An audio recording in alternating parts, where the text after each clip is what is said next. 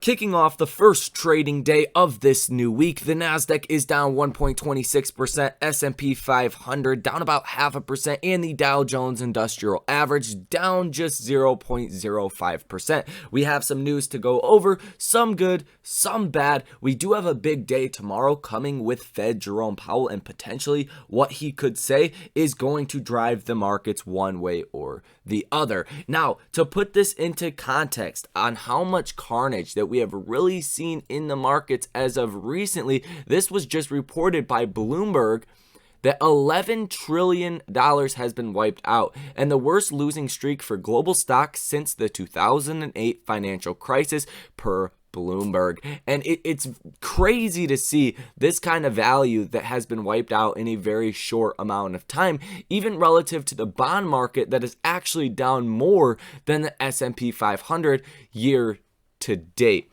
So when you add both of those together, there's definitely a big problem going on, we could call it that, in equity markets, and liquidity is drying up. So we are going to dive into all of this key information. Hit the like button and subscribe to the channel if you guys find value out of this video. Thank you guys for tuning in. Now let's get straight into it. So first things first, what is actually going on today? What is the good and bad news? Well, if you guys did not catch the live stream last night, China actually did have horrible data. So the futures at one point for the Nasdaq was up almost 1%.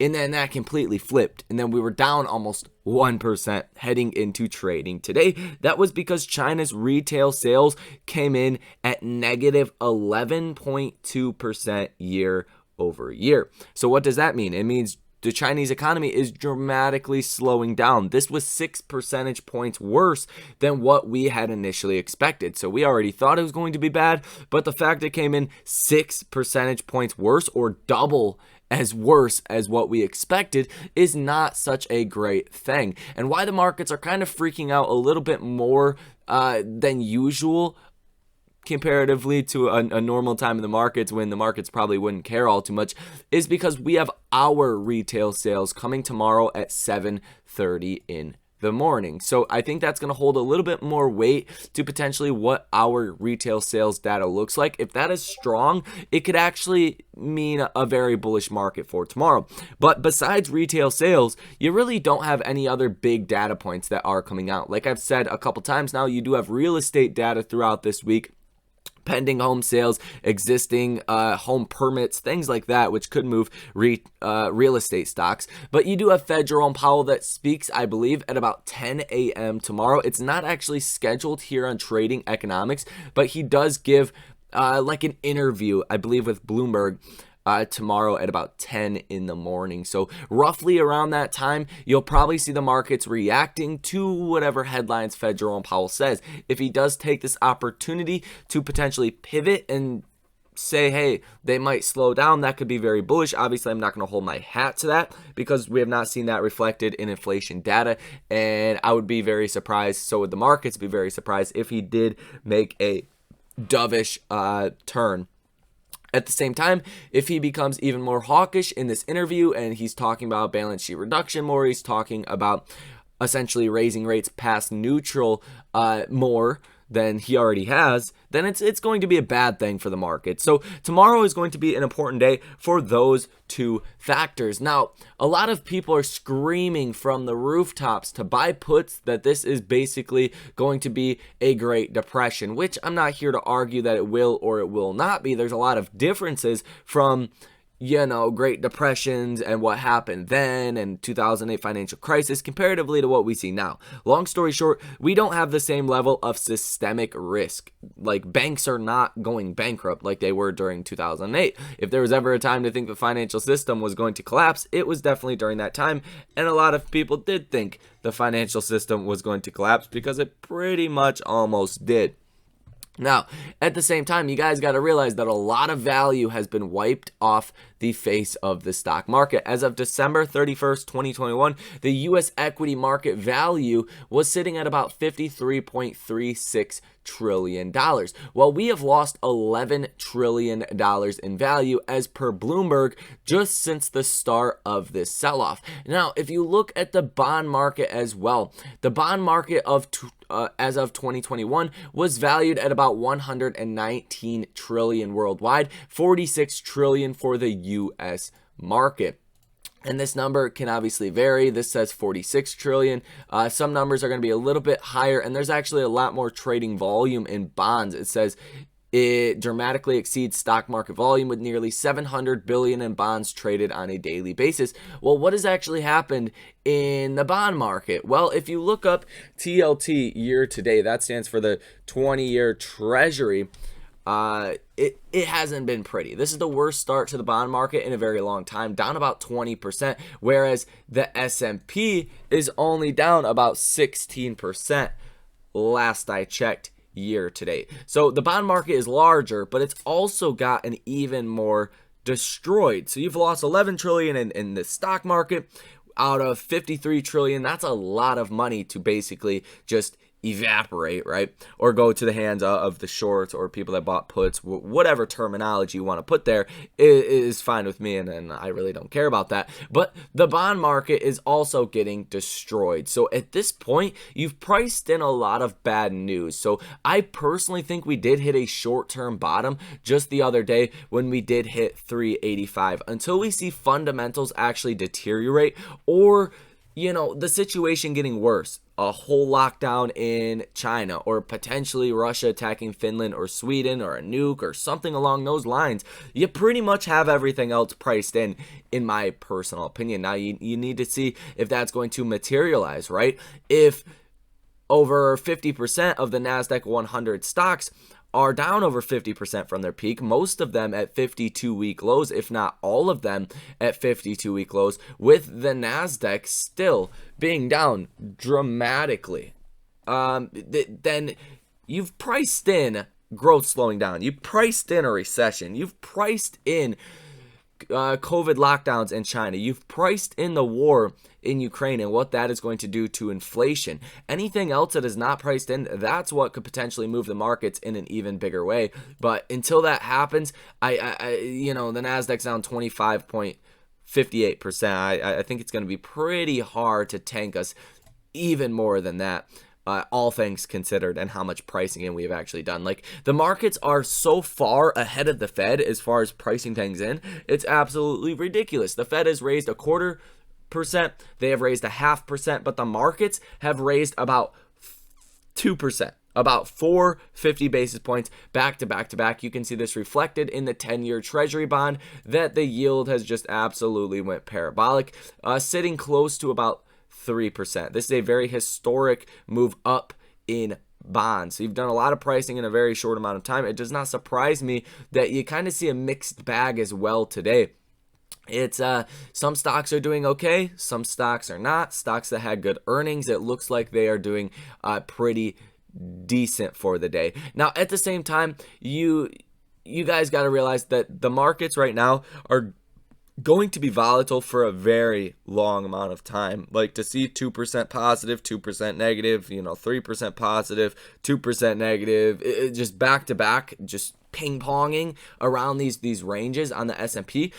That's what we can expect. Now, I will say the beautiful thing about right now, especially if you are a long-term investor, if you're trying to trade this market, especially swing trade, it's not a good market to be trading in. There's no clear direction. The volatility is way too high. Market makers are charging way too much for premium. It doesn't offer a good risk to reward. But what is more important, if you are a long-term investor, there's no real rush to go in and buy everything, right? If there's stocks that you have wanted to buy for a while now that were just way too expensive, well, now they're not as expensive, and you're also making money due to the stock market going down. Whereas people look at inflation going up like, hey, we're losing a bunch of money over here, we're gonna put our money in cash. Well, if stocks have dropped and now you can get 3 times the amount of stock for the same amount of dollars, you're actually making money to inflation or deflationary pressures in the stock market. So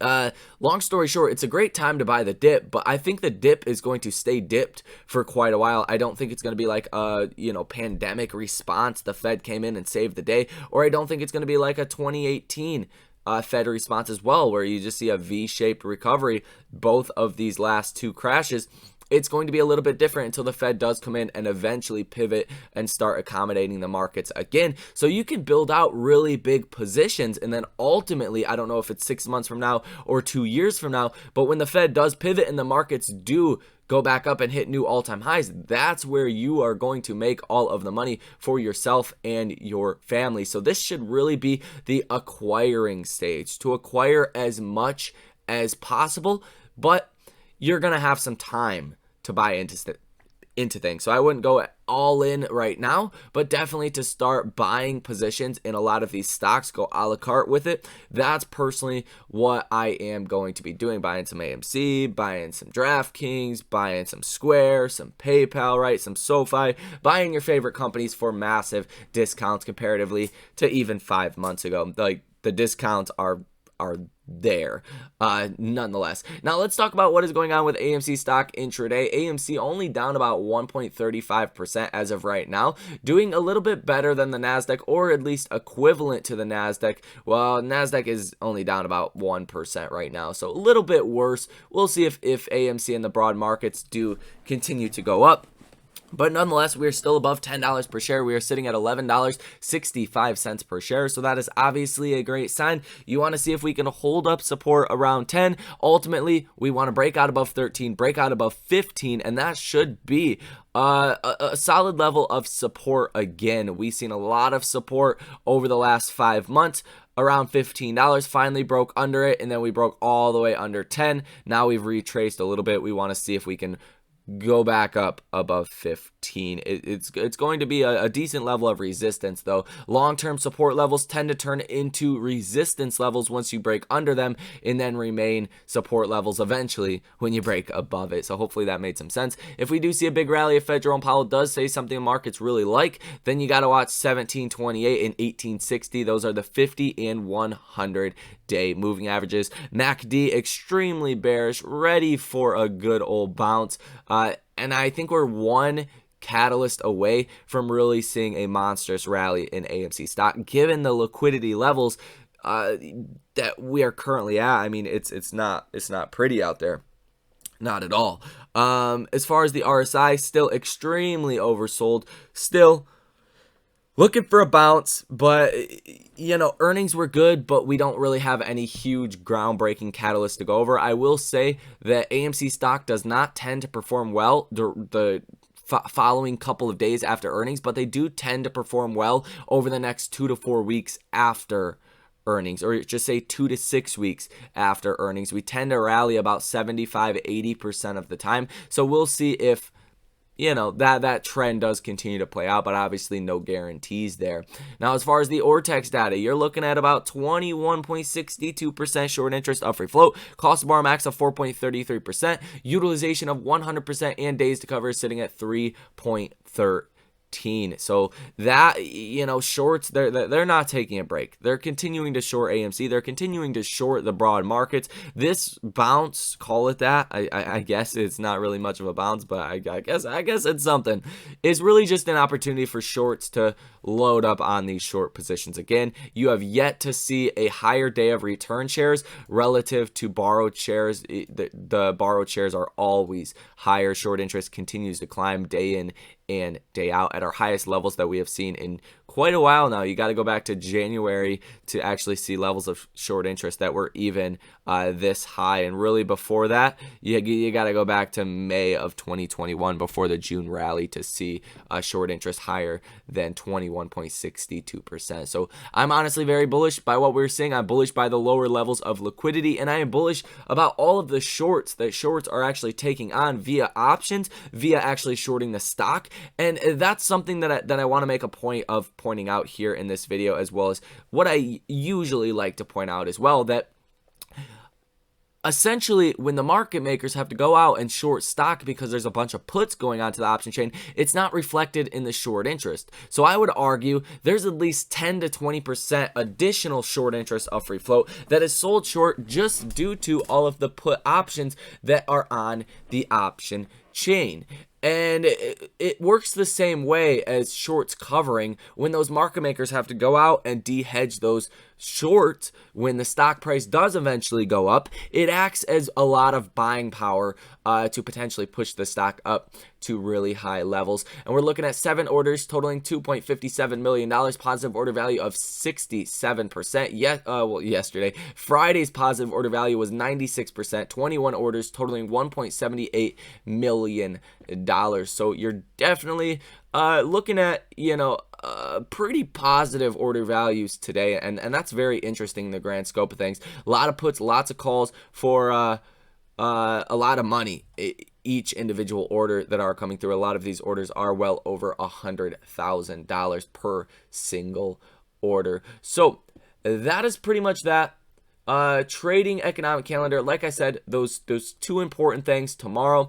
It's going to be Fed Jerome Powell. That's number one. Retail sales also going to be very, very important. If we do go ahead and take a look at the Stocko tracker data, we could see for this week, you have about 228,000 calls that are out of the money, 11,000 calls that are in the money. That's a massive amount of potential buying power that would have to come via, obviously, trying these hedge funds to try to stay delta neutral, and that would involve a lot of hedging to the upside, a lot of buying shares to hedge out that upside risk. If you are obviously short and you sold these calls, you're gonna have to buy that stock back. Now for the put side, a lot of put activity as well. Almost 100,000 puts that are in the money. Out of the money puts at 68,000. So you got a lot of potential buying power here, even on the option chain. Not even to mention the short interest. If we could see the right catalyst, or even any catalyst at all, that could be something that could propel AMC stock quite dramatically. Another thing I will say before we do wrap up this video, watch the crypto markets. If crypto markets start to take a massive hit, you start to see Tether wobble a little bit more, like we've seen right here with this little, call it a flash crash or whatever you want, or you just start to see different coins kind of looking like they're getting rug pulled. Could be a bad sign for the markets. It is definitely not going to help the liquidity situation that we are currently seeing right now. Terra Luna got 100,000% rug pulled. So there's going to be a lot of trauma, especially in crypto markets, for a very long time. And I think that could weigh pretty heavily on the stock market either which way. So that is pretty much going to be all for this video. Hit that like button, subscribe to the channel, source your comments, questions, or concerns down below in the comment section. If you guys want to come join us live on the live stream later on tonight, come join us. It's a great time. Ask your questions, whatever you guys want to talk about. We do talk about food a lot, so if you're hungry, probably not the place for you. So that is it. If you guys want to get your free stocks, links down below in the description. Webull, Moomoo, and Public. Check them out. Moomoo is the sponsor of this video. Sign up with them, deposit $100, get 3 free stocks. They give out great free stocks, free short interest data, free trading community. Go source your information with other like-minded traders. Great technical analysis, great option fills, just an overall great platform. And I am very happy that they do sponsor these videos.